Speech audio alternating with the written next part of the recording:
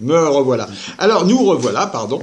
Donc, là, on va vous parler d'une nouvelle loi qui vient d'être a priori votée. Et donc, le thème, c'est le sanglier des Ardennes.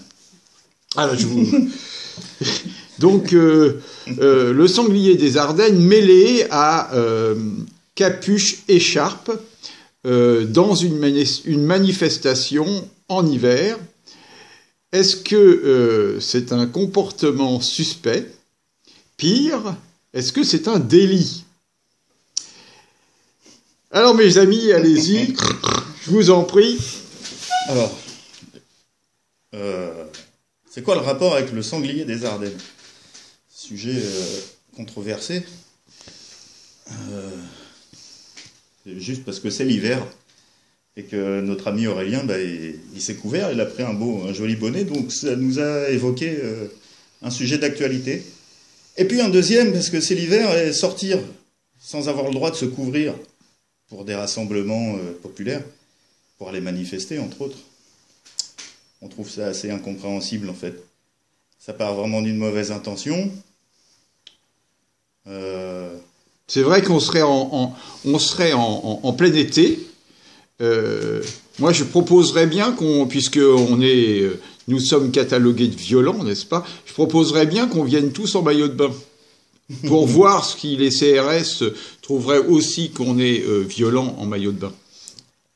Ouais. Hein, ça serait une idée, hein. Après, le masochisme n'a plus de limite en France. Hein. On pourrait sortir à poil et se faire matraquer quand même.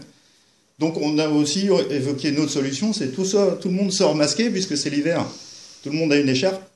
Ils vont avoir du mal à intercepter 80 000 manifestants et puis à remplir les commissariats avec tout ce monde-là. Voilà, être suspecté de malveillance parce que d'une part on veut préserver son anonymat parce qu'on ne sait jamais ce que les autorités peuvent être amenées à faire avec la reconnaissance faciale. Les représailles en coulisses, il y en a certaines, des petites descentes chez les gens, chez des militants qui ne s'y attendent pas, qui ont été soi-disant pris en flagrant délit de je sais pas quoi, des renvoyés des capsules de fumigène qu'on leur balance sur la gueule sans raison, des trucs comme ça, par exemple.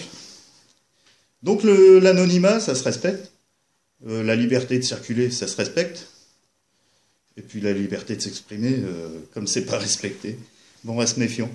Donc on peut tergiverser longtemps là-dessus, mais c'est pas le but. On préfère parler de nos amis les animaux, comme quoi le sanglier des Ardennes est menacé à cause d'un virus de grippe porcine. Et on va laisser s'exprimer Dom pour lancer le sujet, parce que ça nous paraît assez équivalent, le traitement qu'on réserve aux êtres humains, aux animaux dans ce pays. Et c'est malheureusement très très discutable. Donc, le sanglier des Ardennes, c'est quand même un symbole pour les Ardennes. Donc, je ne sais pas si vous savez, mais on va faire une frontière avec du grillage sur une centaine de kilomètres, et on va abattre les sangliers, un symbole. C'est en cours, hein, ça se fait. Voilà, ça se fait, voilà. Alors, principe de précaution, parce que l'homme, premièrement, introduit des espèces ou fait venir de la viande de pays lointains, hop, la Pologne, pour rebondir là-dessus.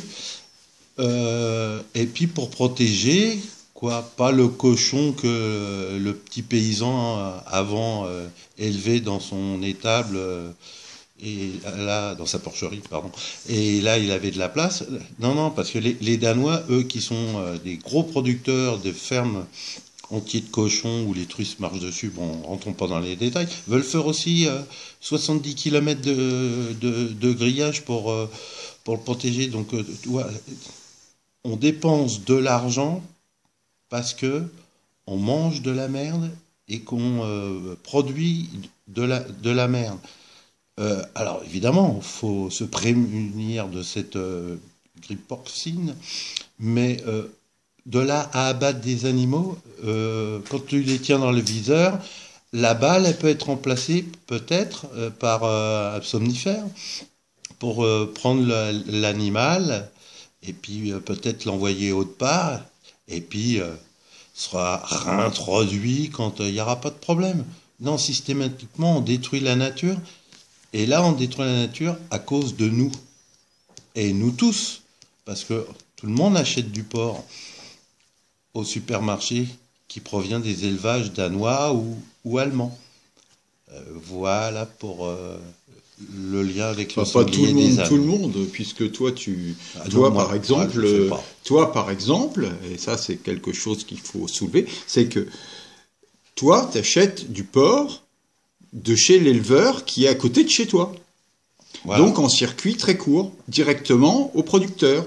Alors comme je le disais tout à l'heure sur la vidéo précédente, que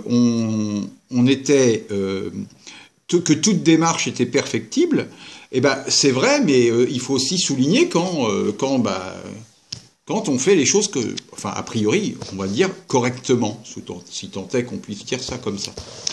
Bon, je pense qu'on a fait le tour de la question de nos amis les bêtes, et aussi de cette vraie question qui est est-ce que c'est un comportement suspect que de mettre une capuche, peu importe la capuche ou peu importe... moi j'ai trop chaud, hein. C'est pour ça que je l'enlève parce que j'en peux plus. Moi j'en ai rien à faire qu'on me reconnaisse parce que ça fait longtemps qu'on doit m'avoir reconnu s'il y a quelque chose hein, maintenant. Voilà. Alors là, je ne suis ni un black bloc ni un vegan. Je suis juste un militant de nos libertés massacrées. Voilà. Voilà. Donc c'était juste pour faire un lien entre l'extermination des animaux et pas l'extermination encore de nous-mêmes, mais en tout cas de la réglementation outrancière du gouvernement face au mouvement des Gilets jaunes et au mouvement des manifestations actuelles. Ciao, ciao. À la prochaine. À la prochaine.